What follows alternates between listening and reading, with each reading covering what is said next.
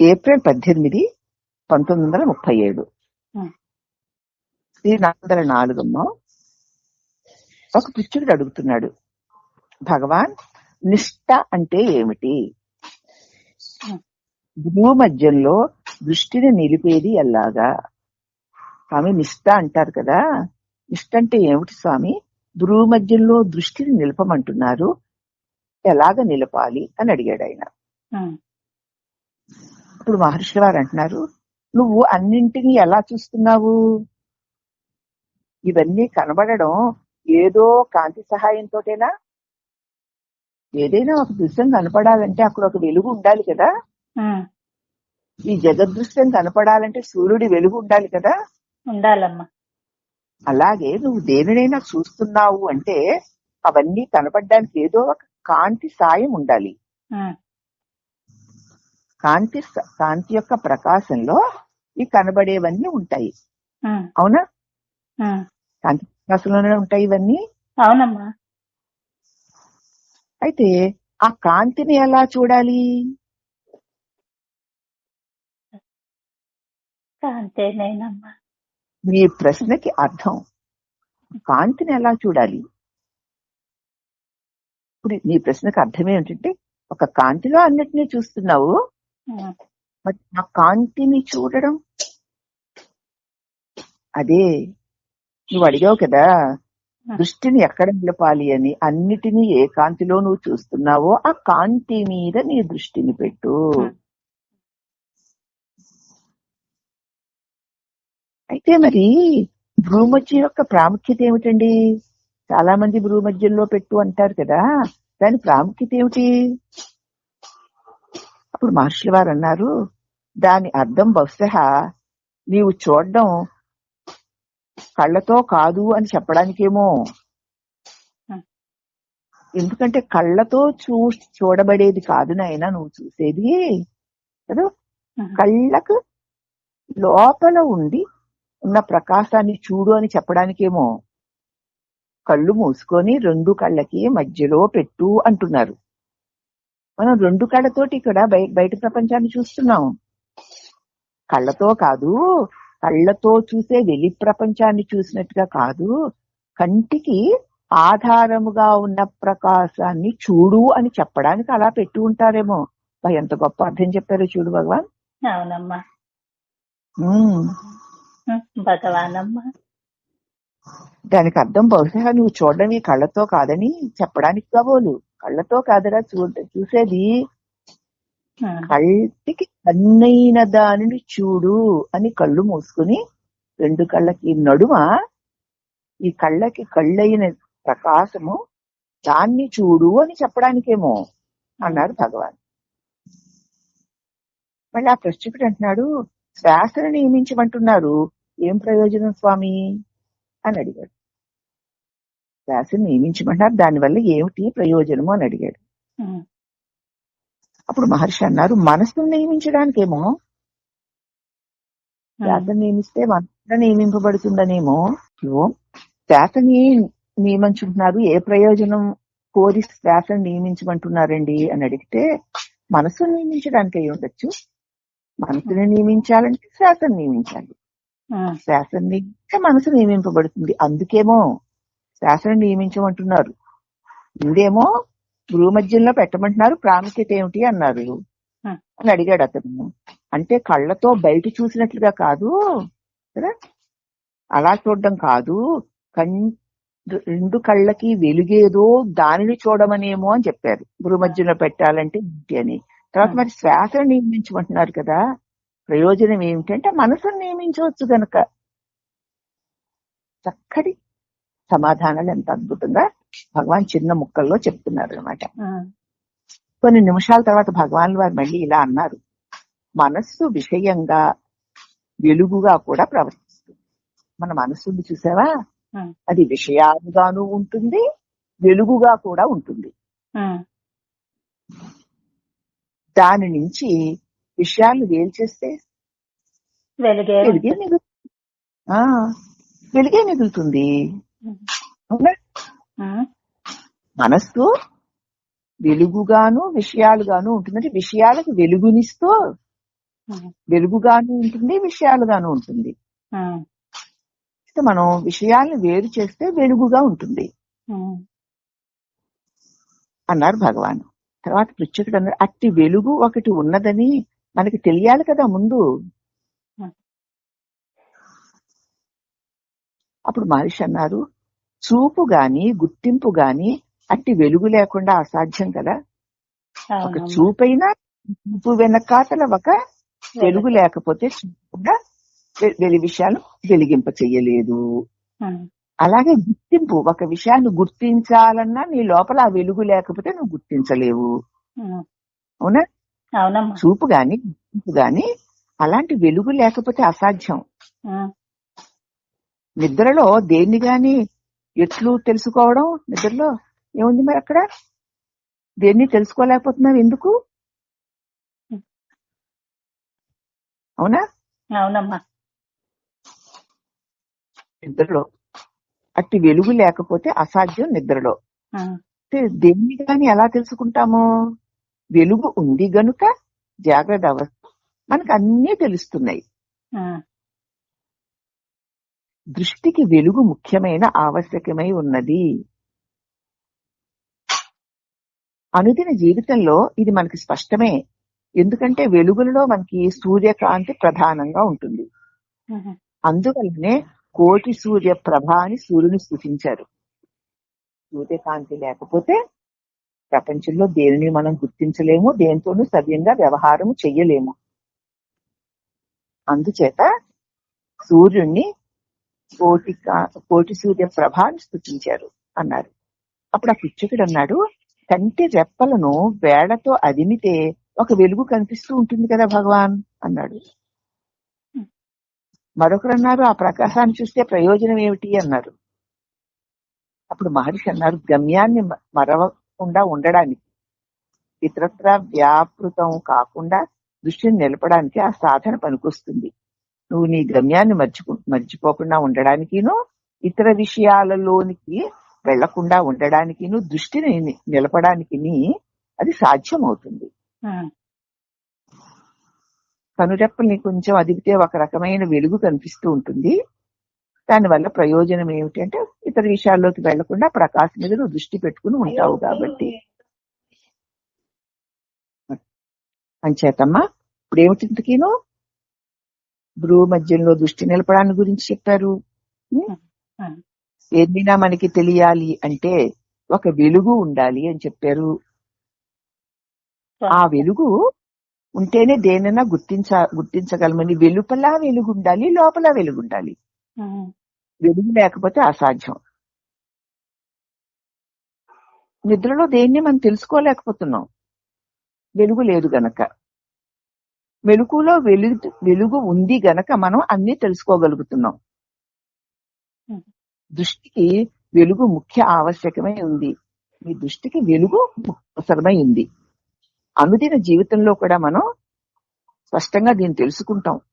సూర్యకాంతి ప్రప్రధానమై ఉంది మనకి.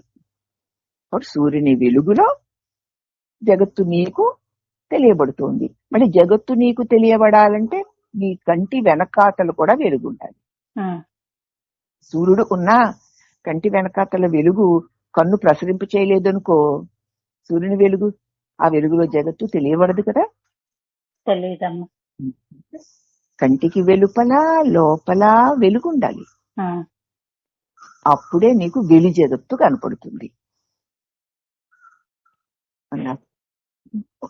ఒక సాధకుడు ఆయన అనుభవం కాబోలు కంటి రెప్పల్ని వేళ్లతో కొంచెం అదిపితే ఒక రకమైన వెలుగు కనిపిస్తుంది కదా అన్నాడు. ఆ వెలుగు ఉంటే ఏమిటి లాభం అని ఇంకొక ఆయన అన్నాడు. అంటే నువ్వు నీ గమ్యాన్ని మర్చిపోకుండా ఇతర వ్యాపకాల మీదకి వెళ్లకుండా ఆ వెలుగు మీద నీ దృష్టిని నిలిపి ఉంచుకోవడానికి అది ఉపయోగపడుతుంది అన్నారు. విషయాన్ని చూడడము, వెలుగుని గుర్తించడము, ఇవి ఆ పనిని చేయు కర్త ఒకడు ఉంటేనే సాధ్యం. విషయాన్ని గుర్తించాలన్నా, వెలుగుని గుర్తించాలన్నా అవి ఆ పని చేసే కర్తవకుడు ఉండాలి కదా. ఉండాలమ్మా. నువ్వు కర్తవైన నువ్వు లేకపోతే విషయాలను చూడడం గాని వెలుగుని గుర్తించడం గాని కుదరదు కదా. విషయాలు కనబడినా కనబడకపోయినా కర్తకి ఏమిటి లోటు? ఏమీ లేదు. కాంతిని లేక ద్రష్టను కాక చైతన్యాన్ని చూడగలిగితే ఆ పైన ఇంక చూడడానికి విషయాలే ఉండవు. అది కాంతినో లేకపోతే చూసేవాడినో లేకపోతే చైతన్యాన్నో కనుక నువ్వు చూడగలిగితే ఇక నీకు చూడడానికి విషయమే ఉండదు. అచ్చమైన కాంతి లేక శుద్ధ చైతన్యం మాత్రమే మిగులుతుంది. చూడడానికి ఏముంటుంది? ఏమేమి ఉండదు. అవునమ్మా. ఎప్పుడు ఉండదు ఆ కాంతిని. ఏ కాంతి వల్ల సమస్త దృశ్యము ప్రకాశిస్తోందో ఆ దృశ్యాన్ని వదిలేసి ఆ కాంతి మీదనే నీ దృష్టిని కేంద్రీకరిస్తే కేంద్రీకరించేటువంటి ఆ ద్రష్ట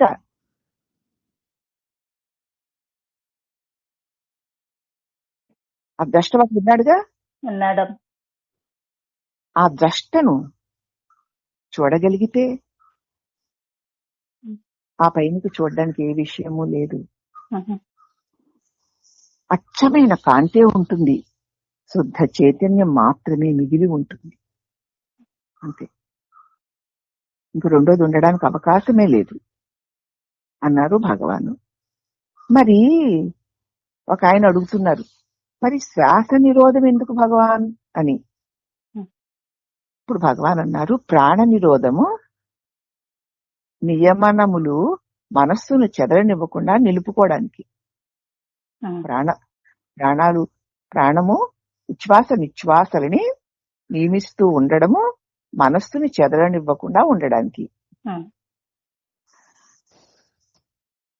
మనోనిగ్రహానికి మాత్రమేనన్నమాట శ్వాస నియమం అన్నాడు అతను. మనోనిగ్రహం కోసమేనన్నమాట శ్వాసని నియమించడం అన్నాడు. అంటే మహర్షి అన్నారు, వెలుగు చూచిన మాత్రముననే చాలదు, మనస్సుని ఒకే తలంపునకు పెట్టడం కూడా అవసరమే. వెలుగు చూసావులే, వెలుగు చూసిన మాత్రమే సరిపోదు, మనస్సుని ఒకే ఒక్క తలంపుకి కట్టిపెట్టి ఉండడం కూడా అవసరమే. ఉదాహరణకి ఏనుగు తొండము, దానికి ఒక గొలుసును. వెలుగుని చూసావమ్మా, సరే అంతసేపు చూస్తున్నంతసేపు వెలుగు ఉంటుంది, మళ్ళీ దానిలో దృశ్యాలు వచ్చేస్తాయి కదా. అందుచేత అక్కడ మనస్సుని ఏ తలంపుని పెట్టి ఉండాలి. ఉదాహరణకి ఏంటంటే ఏనుగు తొండానికి గొలుసు, తొండం ఎప్పుడు కదులుతూనే ఉంటుంది కాబట్టి దానికి గొలుసు కేసి కట్టేయాలి. మళ్ళీ ప్రశ్న పక్కదారికి వెళ్ళింది. చింతామణిని సాధించడానికి ఎంతకాలం పడుతుంది భగవాన్ అన్నాడు. ఇప్పుడు మహర్షుల వారు యోగ వాసిష్ఠంలో చింతామణిని ప్రస్తావించారు. ఆత్మకి చింతామణి అని పేరు. ఆ కథ ఎలా ఉంది అంటే, చింతామణి కోసం ఒక అతను తపస్సు చేశాట. ఎక్కడి నుంచో తెలియదు గాని వాని చేతిలోకి ఒక మణి తటాలను వచ్చి పడింది. తాను అప్పటికి చేసిన యత్నం చాలా అతి స్వల్పమైందే. ఆ పాటికి అది లభిస్తుందా అని ఆ చింతామణి కాదేమో అని దాన్ని పడేశాడు. తపస్సు చేసినాడు, ఏదో కొంతసేపు చేసేసరికి ఒక మణి వచ్చి చేతిలో పడింది. బట్ అతడు అనుకున్నాడు, ఇంత తపస్సుకే దొరికేస్తుంది ఏమిటి, ఇది చింతామణి కాదు కావాలని పడేశాడు దాన్ని. అతను మళ్ళీ తపస్సు కొనసాగించాడు. కొంతకాలం చేయగా ఒక సాధువు పలు ముఖాల నదిశీలతో తలతలలాడుతున్న ఒక రాతిని ఒక దానిని అతను ఎదుట పెట్టాడు. దాని చూపులకు మోసపోయి అతడు దాన్ని చింతామణి అని నమ్మి తీసుకున్నాడు. నిజానికి తడుకు వెలుకు రాయే. దానివల్ల అతడు కలలుగన్న ఏ కోరిక ఫలించలేదు. ఆ తడుకు వెలుకు రాయి వల్ల ఏమిటి ప్రయోజనం? చింతామణి అయితే అన్ని ఫలించును. మరి చింతామణి స్నానం చేయగానే వచ్చేసింది కాబట్టి ఇది పుట్టి రాయిలాగే ఉంది అని పడేశాడు. ఇంకా ఎక్కువ రోజులు చేస్తే చింతామణి దొరుకుతుంది అనుకున్నాడు. వీడు అజ్ఞానాన్ని గ్రహించి ఒక తలుకు బెడుకు రాయి తెచ్చి వేసి ఆహా మెరిసిపోతుంది ఇదే చింతామణి అనుకున్నాడు. కానీ దానివల్ల వాడు ఏ కోరికలు తీరలేదు వాడికి. అలాగే ఎందుకు చెప్తున్నారంటే ఈ కథ, ఆత్మ నీలోనిదే, మరి ఎక్కడా వెతకక్కర్లేదు. అంత తేలికగా నీ స్వరూపమే ఆత్మ అని చెబుతుంటే చేతిలో ఉన్న చింతామణిని రాయని పడేసుకుని లోకపు మోహాలతో తలుకు బెళుకు తనాలే సత్యాలనుకుని భ్రమపడుతున్నాం. మరి ఎక్కడా దానికోసం వెతకక్కర్లేదు. ఒక ఏనుగా మామిటివాడు దాన్ని ఊరకే సతాయిస్తున్నాడు. ఒక రోజున వాడికి ఏదో తగిలి తటాలను కింద పడిపోయాడు. ఒక్క తొక్కుతో వారిని అంతం చేయొచ్చు, కానీ ఏనుగు వాడిని అలాగా చేయలేదు. కానీ ఆ తరువాత నాళ్ళకి అడవిలో ఒక పెద్ద గుంట తవ్వి అతడు ఆ ఏనుగుని దానిలో తోసేసి చంపేశాడు. చికిత్వజుని తప్పిదాన్ని వెలికి తెచ్చుటకు ఈ కథని చూడాలా ఉదహరించి చెప్పింది. చికిద్వజుడు చేసిన తప్పుని గురించి చెప్పడానికి చూడాలా ఈ కథ చెప్పిందట. పాలన చేస్తూ ఉన్న రోజుల్లోనూ అతనికి కావలసిన వైరాగ్యం ఉంది. రాజ్యాన్ని పాలిస్తున్నప్పుడు కూడా అతనికి కావలసినంత వైరాగ్యం ఉంది. అతడు అనుకుంటే ఆ వైరాగ్యాన్ని మరింత పెంచి అహమికను అంతం చేసి ఆత్మశుద్ధి అయ్యేవాడే. అది పాలన చేస్తున్నప్పుడు కూడా పెద్దగా లోక వ్యవహారాల మీద వ్యామోహాలు ఏమీ లేవు, వైరాగ్యంతో ఉన్నాడు. అతడే కనుక ఆ వైరాగ్యాన్ని కలిగి గట్టిగా స్థిరంగా ఉంటే అతడు పాలన చేస్తూ కూడా ఆత్మస్థితులు అయ్యేవాడే. అలా చెయ్యకుండా నేను ఆత్మస్థితుడిని అవ్వాలంటే అడవికి వెళ్ళాలి, తపస్సు చెయ్యాలి అని ఒక క్రమాన్ని నిర్ణయించుకుని ఆ ప్రకారం చేస్తేనే నేను ఆత్మజ్ఞుని అవుతాను అనుకుని చేశాడు. 18 ఏళ్ళు తపస్సు చేశాడు, కానీ ఒక్క అడుగు కూడా ముందుకి వేయలేకపోయాడు. తన కల్పనకు తానే బలైపోయాడు. చివరికి అహంకారమును నాశనం చేసి ఆత్మను సంధించమన్న చూడాల సలహాతో అట్లు చేశాడు. ఎన్ని సంవత్సరాలు తపస్సు చేస్తావయ్యా? రాజ్యాన్ని వదిలేసి వెళ్ళి నందని వదిలేసి ఎక్కడికో కూర్చొని తపస్సు చేస్తే లాభం ఏముంది? నువ్వు పొందవలసిన వస్తువు ఎక్కడో దూరంగా లేదు. అంచేత నువ్వు నేను అన్న అహంకారాన్ని వదిలేసి నీ నిజస్వరూపమైన నీ ఆత్మ మీద నీ దృష్టిని సంధించి పెట్టి ఉంచు అని చెప్పింది. ఆ సలహాతో ఇక తాను తన ధ్యాసని తన ఉన్నానన్న స్ఫురణలో ముంచి ఉంచాడు. అంటే 18 సంవత్సరాలు తపస్సు చేస్తే సాధించలేనిది అతి కొద్ది కాలంలోనే తాను సదా ప్రకాశిస్తున్న స్వరూపాన్ని, ఈ దేహం ఒక పరికరమని, దీని వ్యవహారాలతో తనకి ఏ విధమైనటువంటి సంబంధము లేదని, అది ఉన్నా లేకపోయినా ఒకటేనని, నేను సదా ఉండువాడనని తన ఆత్మస్వరూప అనుభవాన్ని పొందాడు. అంటే ఈ చూడాల కథ వల్ల మనకి ఏం తెలుస్తోంది? అహమికను వదలకుండా వైరాగ్యం ఎందుకు పనికిరాదు. నేను అన్న అహంకారాన్ని వదలకుండా ఎంత వైరాగ్యాలు పెట్టుకున్నామంటే, ఎంత జ్ఞానం తెలిసింది, నాకు ఇది తెలిసింది అది తెలిసింది అనుకుంటున్నామంటే, అహంకారాన్ని వదలని తెలివితేటలు గాని, జ్ఞానం గాని, వైరాగ్యం గాని ఏ విధంగానూ నీకు ఉపయోగపడవు. అహంత లేనివాడే నేను ఒక ప్రత్యేకమైన వ్యక్తిని అన్న భావన లేని నాడు సర్వ సంపదలు ఆత్మసిద్ధికి అడ్డురావు. ఎన్ని సంపదల మధ్య తొలతాగుతున్నా తన ఆత్మస్థితికి ఇది అడ్డురావు. కాబట్టి నువ్వు ఉంటేనే అన్ని. ఆ నువ్వు శరీరం కాదు, నువ్వు ఉన్నానన్న స్పృహ కలిగి ఉన్న ప్రకాశాన్ని. ప్రకాశం అంటే వెలుగు అనుకోకండి, అన్నపూర్ణమ్మ గారు ఏదో ఆకాశము అన్నట్లు. సాధనకి ఆకాశాన్ని ఒక ఉపకరణంగా చెప్తారంతే. ప్రకాశము అంటే నేనున్నానన్న స్వయం అనుభవం. దాన్ని వెలుగంటారా, ఆకాశం అంటారా? అందుచేత అవన్నీ ఊరికే మన సాధనకి ఉపకరణాలే తప్ప, అక్కడ కూడా ఆకాశాన్ని చూసేవాడు ఒకడు ఉన్నాడు కదా. ఉన్నాడమ్మా. ఆకాశంలో నుంచి ఓమని వస్తుందట. ఆ వస్తుందని తెలుసుకునేవాడు ఎవడు? ఉమ్. ఆ స్వరస్వరూపానివే నువ్వు అని గనక గ్రహిస్తే ఈ శరీరాలు గాని, ఈ రాజ్యాలు, ఈ వైభవాలు గాని, ఈ భోగాలు భాగ్యాలు గాని నీకే అడ్డు రావు. అవి ఆ దేహం ఉన్నంత కాలం వచ్చి వెళ్ళిపోతుంటాయి. నువ్వు శాశ్వతుడు అనేటువంటి నిజ స్వరూప అనుభవాన్ని స్థిరపడతావు అనేటువంటి గొప్ప సందేశాన్ని శ్రీ భగవాన్ వారు మనకు అందించారు. నమో భగవతే శ్రీరమణాయ. హరి ఓం నమః.